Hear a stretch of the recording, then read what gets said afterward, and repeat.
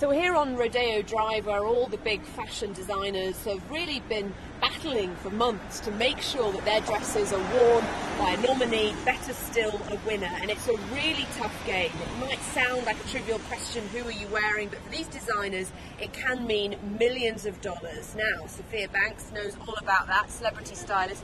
What are we actually talking about here in terms of how important it is to these big names to see their dresses on the red carpet? I think it's the #1 placement for the entire year, and I do think it's more important than, posing for an advertisement when you know the celebrity is getting paid. They're actually choosing, especially the nominees, to wear that designer, and the public knows that, and this is watched by billions of people around the world. And not only that, the dresses just run over and over again in all magazines, for months and months. So it's the #1 spot to get.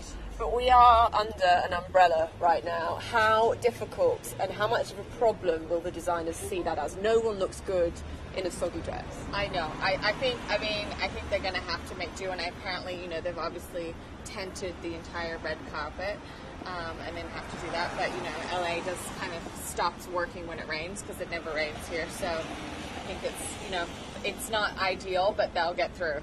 How closely are they all watching? Because it is really a last-minute thing, isn't it, in terms of what dress a certain style will decide to wear. It could be 5 minutes before they leave their house. Yeah, usually it can be the morning. They'll have 2 or 3, because you have to have them altered, and some dresses take up to 10 fittings, to get it perfect. So some would have decided, some will, have 2 or 3, wake up in the morning and say, I feel like wearing this. So who are the big names this year? What are they going to be wearing? The big celebrities. Yeah. Kate Blanchett. Apparently she's going to be wearing Valentino, although she did... Valentino Hope. Yes, exactly.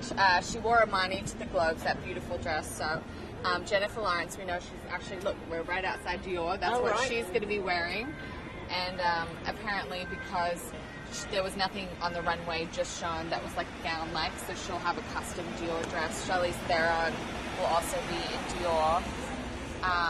And yeah, that's the big names, I think. And those few fleeting moments of them parading on the red carpet, it's worth more, really, than a TV ad that would cost a lot more money. Absolutely. Those TV ads cost, I think, $30 million or even up of that. But really, as I was saying, just the fact that that celebrity chose that dress, it's worth millions, multi-millions of dollars, and it basically costs them nothing. Or if they custom the dress, it costs them $10,000. So to make that happen, they're very anxious. They're all on the edge of the seat, and they probably a big cheer at the head office of Valentino when they see, Kate step out, or, yeah. And then if they go on to win the award, an even bigger cheer. 100%. Yes, so it's big moments for them.